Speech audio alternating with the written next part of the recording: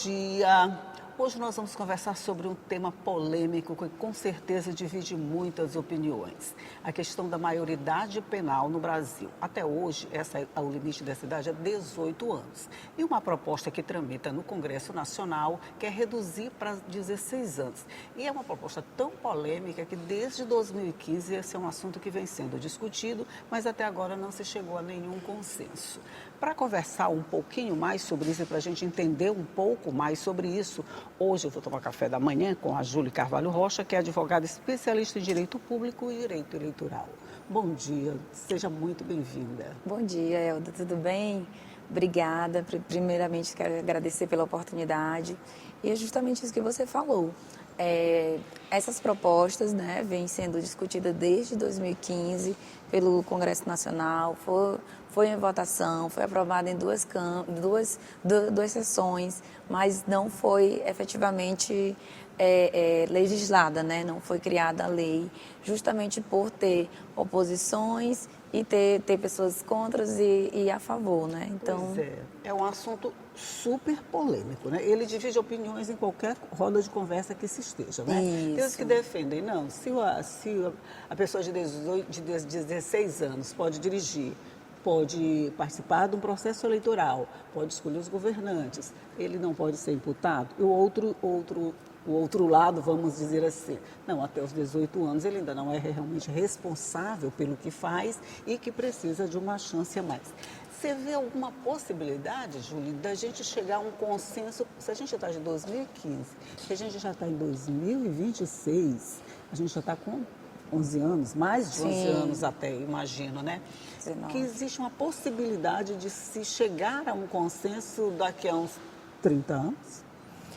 É assim, justamente como você colocou, é uma polêmica, porque a Constituição, né, somos baseados pela nossa Constituição Federal, que foi promulgada em 1988, e no artigo 228 da Constituição fala que não é que o menor de 18 anos não seja penalizado. Isso. Eles são inimputáveis, eles são tratados de até 17 anos e 11 meses, né? Até chegar aos 18, antes de completar os 18, eles são tratados pelo Código da Criança e do Adolescente, né? O Estatuto da Criança e do Adolescente, pelo ECA.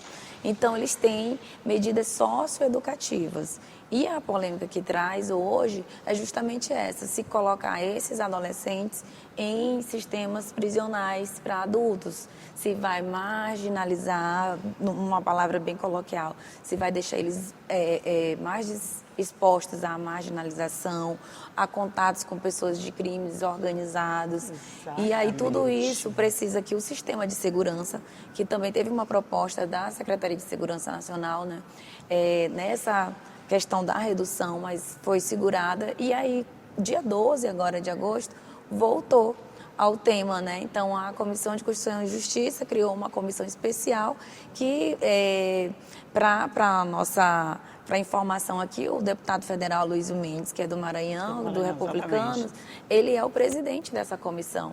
Então, começou a ser rediscutida se essa maioridade penal vai reduzir, né, para 16 anos. Na Suécia foi aprovado de 15 para 14 anos. Suécia consta com 10 milhões de habitantes. O Brasil, nós temos 213, né, milhões de habitantes e um pouco mais. Então, assim, é muita questão da sociedade, do sistema prisional, como é que vai ser, como é que vai recepcionar esses jovens, né, para que a ressocialização lá realmente aconteça. Hoje eles são puníveis, sim, com medidas socioeducativas até 3 anos, e aí tem todo um aparato sociológico. Em ambientes diferentes, né? Isso. Quer dizer, um ambiente pensado para eles, né? Isso. O ECA determina as regras desse processo de punição para menores de 18 anos, e é um ambiente pensado para eles. Isso. E tem um prazo determinado de detenção, isso, né? Até 3 anos. Até 3 anos, isso. Né? Um ambiente prisional, vamos dizer, tradicional, é completamente diferente, né? Isso, completamente justamente. diferente, Justamente. né? Dizem que quem não entra bandido sai como se fosse, né? Justamente, Isso eu tô falando uma porque a besteira, gente né, gente? Mas precisa. eu tô só falando que eu já ouvi.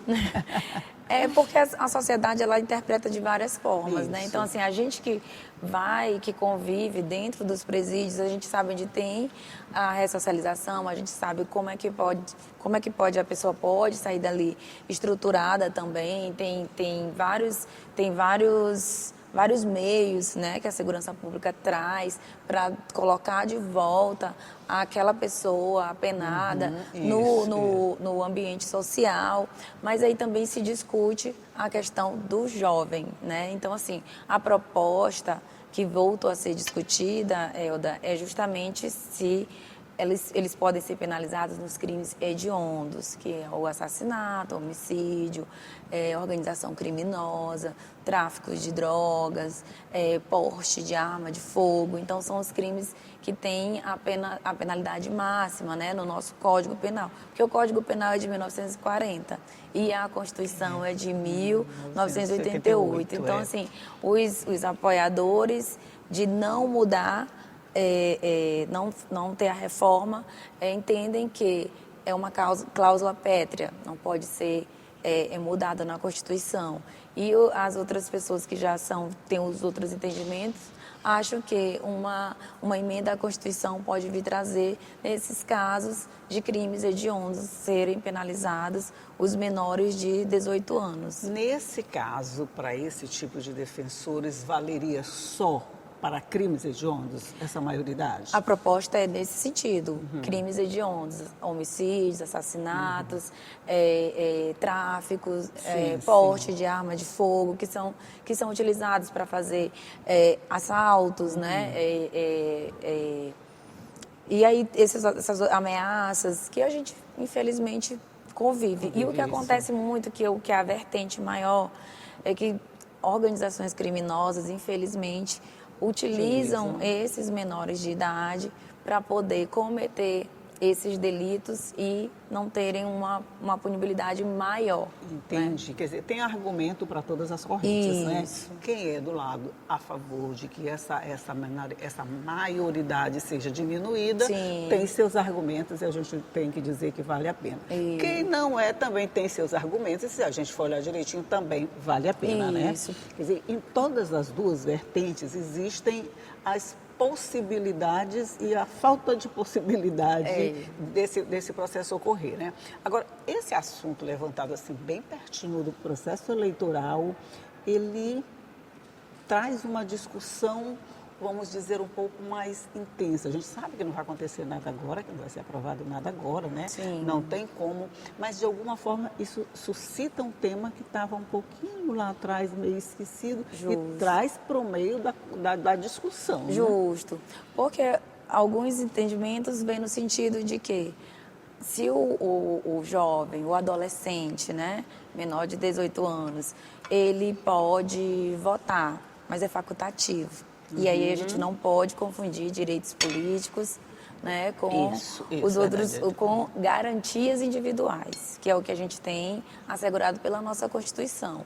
Então, assim, trazer esse tema nesse cenário político que vivemos, talvez seja para trazer um foco maior para a discussão, não para que vá envolver politicamente outros candidatos ou uma discussão assim política para trazer benefícios ou não de votos, mas eu acho que é para fazer o alerta para a sociedade, né? Só para jogar uma luz sobre esse assunto, né? Para não discutir a respeito. Isso, para continuar a discussão, já que faz muito tempo que foi iniciada e aí deu essa pausa, né?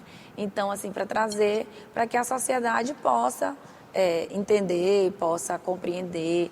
Tem também os direitos humanos, não podemos deixar de mencioná-los, porque a Comissão de Direitos Humanos também vai ser instigada e aí tem a proteção dos direitos humanos, ver se aquele ambiente está dentro dos padrões muita coisa legais, nessa né? discussão. Justo, então é muito amplo, muito amplo.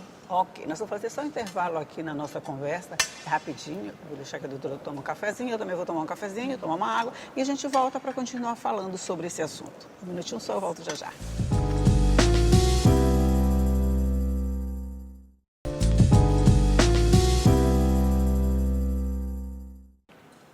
Já estamos de volta conversando aqui sobre a possibilidade da diminuição da maioridade, ou melhor, a diminuição da maioridade penal no Brasil, que hoje é de 18 anos e pela proposta que tramita no Congresso passaria a ser de 16 anos. É uma proposta polêmica, como a gente falou no começo, dado o tempo que está sendo discutido no Congresso e que ainda não se chegou a nenhum consenso. A senhora acredita, eu estou conversando aqui com a doutora Júlia Rocha, que é especialista em direito público. Você acredita que esse assunto, não vou dizer em algum tempo, mas daqui a algum tempo ele pode ser resolvido? Porque você vê tanto a defesa como a acusação, eu vou usar esses dois termos, Sim. tanto a defesa quanto a acusação, tem argumentos muito pertinentes. Se a gente avaliar um, a gente vê, realmente é desse jeito. Isso. Se a gente pensar no outro, realmente eles estão certos. Como é que vai se chegar a um consenso nesse caso, com tantas vertentes diferentes dentro do Congresso Nacional? Justo. E aí cabe aos nossos legisladores, né? Fazer com que comprometam a sociedade a entender se vai ser reduzido ou não e justificar o porquê, né? Se vai manter os 18 anos ou se vai reduzir para 16 e se não vai ferir a nossa Constituição Federal. Então, assim, a gente tem a nossa garantia individual, né? E o artigo 228, ele prevê essa garantia, que a maioridade penal é a partir dos 18 anos. Mudar isso é um processo bem rigoroso, né? Dentro do Congresso Nacional, que eles estão lá para nos representar, né? Então, assim, tem os juristas a favor e contra, tem os doutrinadores, e aí tem os direitos humanos que a gente já colocou, que vai com certeza vão aderir, né, a essa discussão, se sim ou se não. Então, a gente tem que pensar também no nosso sistema prisional. Então, o Brasil, né, por si só, temos milhões de habitantes, e aí o sistema prisional precisa, né, estar preparado. Precisa passar por uma reforma estrutural completa, né? Isso. E se a gente pensar no nosso sistema prisional, a gente vê que ele não está apto a receber nem mais os de maior idade, né? E eu não estou fazendo aqui nenhuma crítica, estou só fazendo uma observação da nossa realidade, né? A gente já tem um sistema prisional completamente lotado, lotado, precisando de vaga para mais gente. Imagine se a gente ainda colocar mais gente apta a entrar nesse sistema, né? Só assim, com relação aos países que de alguma forma já adotam essa idade como maioridade penal, quais os resultados que se conseguiu? Esses resultados foram bons? Qual é a análise que a senhora faz disso? A Suécia foi recentemente, né? Então, a gente precisa dar o tempo, né, de análise dessas medidas implantadas. Mas, assim, a gente vê muito também o desenvolvimento social, urbano, né? A possibilidade de acesso aos estudos. A gente teve um aumento aí na educação, né? Nos índices, mas a gente sabe que precisa de políticas públicas eficazes dentro da escola. Por exemplo, a gente está hoje, além de ser advogada, eu trabalho atualmente na Secretaria de Estado das Mulheres, né? Sou assessora e coordeno as Casas das Mulheres Maranhenses e a Casa da Mulher Brasileira.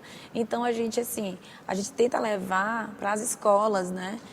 Orientações para os adolescentes. Antes de ontem eu estava numa escola de ensino fundamental e médio, já falando sobre as medidas penais, sobre a Lei Maria da Penha, os 20 anos que estamos agora, né, que completamos dia 7 de agosto. Então, a gente tem que trazer respostas socioeducativas para esses jovens, porque eles tendo acesso, né, a informação de que esses crimes podem sim ter uma punição mais grave e a escola, o estudo é o caminho correto, eu creio que esse número possa reduzir e a gente não precise ter essa alteração, porque assim, esses países que já aderiram, né, e reduziram a maioridade para 16, alguns têm até a proposta para 14 anos, 14 anos, é são verdade. países estruturados, então a gente Pois precisa desse conhecimento, como é que fala, assim, o estudo mesmo, né, da sociedade, de caso, de como é que aquilo ali é colocado, que aí já entra a criminologia, que é o Eu estudo acho que a senhora social. tocou num ponto bem essencial. As políticas públicas voltadas para esse setor, o acesso facilitado à educação, ao Isso. mercado de trabalho, quer dizer, com política de saúde, tudo voltado para esse segmento, eu acho que a gente teria a formação Isso. de adolescentes e jovens com uma outra, vamos dizer, com uma outra visão do mundo. E não acha que o crime é a forma mais fácil de ficar rico Isso. e de que é a mais fácil de entrar. É né? verdade. Só mudando esse sistema, mudando como esse adolescente vê esse sistema, é que a gente pode ter resultados Isso. positivos de uma determinação dessa, né? Isso. Não Porque pode a internet hoje está ampla, né? Pois é. Então, os adolescentes, eles estão indo para o meio mais fácil de ganhar Sim, dinheiro. Então, sim. tem as bets, tem joguinhos, entendeu? E que já, pessoas já, Cada hora surge uma coisa nova, né? Beth, então todo mundo fica rico de uma hora para outra, Justo, né? é muito fácil a pessoa enricar de uma hora para outra e aí os adolescentes estão perdendo a oportunidade de estudar. Ah, você é Perdendo a influenciador. vontade de A vontade de estudar. estudar. O Enem está aí, mas a gente vê a taxa, como as redações, como as interpretações nas redações têm se agravado mais. Já vi vários estudiosos falando disso.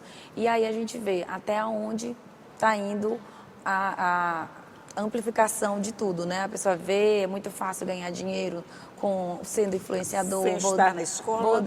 Sem estar na escola. Aí o governo federal vem, traz medidas que venham deixar as crianças, os adolescentes mais tempo na escola. Escolas em tempo integrais foram inauguradas até pelo próprio governo daqui do estado do Maranhão, mas mesmo assim a gente vê que na procura para rematrícula não é mais como antes, que a gente ficava numa fila enorme, imensa. Eu fui de escola pública, estudei escola pública, passei pelo ProUni, né? Fui estudante do ProUni, sou advogada, vou fazer 15 anos de advocacia agora em setembro. Então, assim, eu tive acesso à educação, que antes era mais difícil. E fez a escolha e fiz a minha pela escolha. educação, pois então, é. eu acho que o estudo ainda é o meio mais eficaz de tentar deixar esses jovens dentro do mercado, Isso é né? só para mostrar como essa discussão é complicada, é muito complexa, são muitos fatores envolvidos, porque a gente estava só discutindo na opinião de um e de outro, mas depois a gente já vê que é a política pública desenvolvida e até que ponto essas políticas públicas chegam nesse público, que no caso é o jovem de até 16 anos, até que ponto ele é atingido por essa política pública, que faça ele mudar de ideia, que faça ele se encantar pelo estudo e que veja que a partir dali ele também pode ter uma vida rica em todos os sentidos, né? Uma vida rica Plena, e produtiva sem apelar para o crime. Só que o crime é mais agressivo do que as políticas públicas, né? Infelizmente. E os jovens, hoje em dia, assim, eu vejo adolescentes, jovens de 16 anos com mentalidade de 12, 14. E pessoas de adultos, a gente vê adultos com mentalidade de adolescentes, entendeu? Então, então, tudo isso precisa passar realmente pelas políticas públicas. Temos aí vários concursos que foram lançados agora pelo governo. E eu estava até comentando antes de entrar aqui, que eu chego assim para as pessoas, tem várias oportunidades para ensino médio. Não vou fazer. Não, porque eu tenho que estudar direito. Tem direito penal, porque direito não é não é uma matéria que todo mundo tem afeição, né? Entendi. Mas precisa que as pessoas estudem para entrar no mercado de trabalho. É preciso, é preciso. E é preciso também que a gente discuta muito a respeito disso. Não é à toa que esse projeto está lá há mais de 15 anos e ainda precisa de muita discussão a respeito. Porque cada hora que a gente vai conversando, a gente levanta mais temas correlacionados com isso e que precisam ser estudadas, precisa se ver o resultado. Não é só porque a Suécia implantou, porque o outro país desenvolvido implantou, que a gente vai ter os mesmos resultados. Nós somos o Brasil. Um país imenso, cheio de desigualdades, de um estado para outro, de uma região para outra, então nem se fala, né? Justo. É completamente diferente, então tem que se ver direitinho o que vai se fazer para se fazer a coisa certa. Com certeza nós vamos discutir muito a respeito, né, doutora Júlia? Mas muito, muito obrigado por hoje, por me ajudar a fazer o café, por compartilhar todas essas informações com a gente. Obrigada pelo convite, obrigada pelo café, pela recepção e estamos aqui à disposição para tratarmos de vários outros assuntos. Vamos conversar sim. Muito bom dia, por enquanto. Bom dia. Obrigada pela entrevista. E você que ficou aí, precisa também saber qual o seu lado, o que você acha, o que você decide, o que você faz com a sua opinião, qual a importância da sua opinião a respeito disso. Tudo isso tem que ser muito bem pensado por cada um de nós, porque o resultado dela vai afetar a vida de todo mundo. Tchau e até a próxima.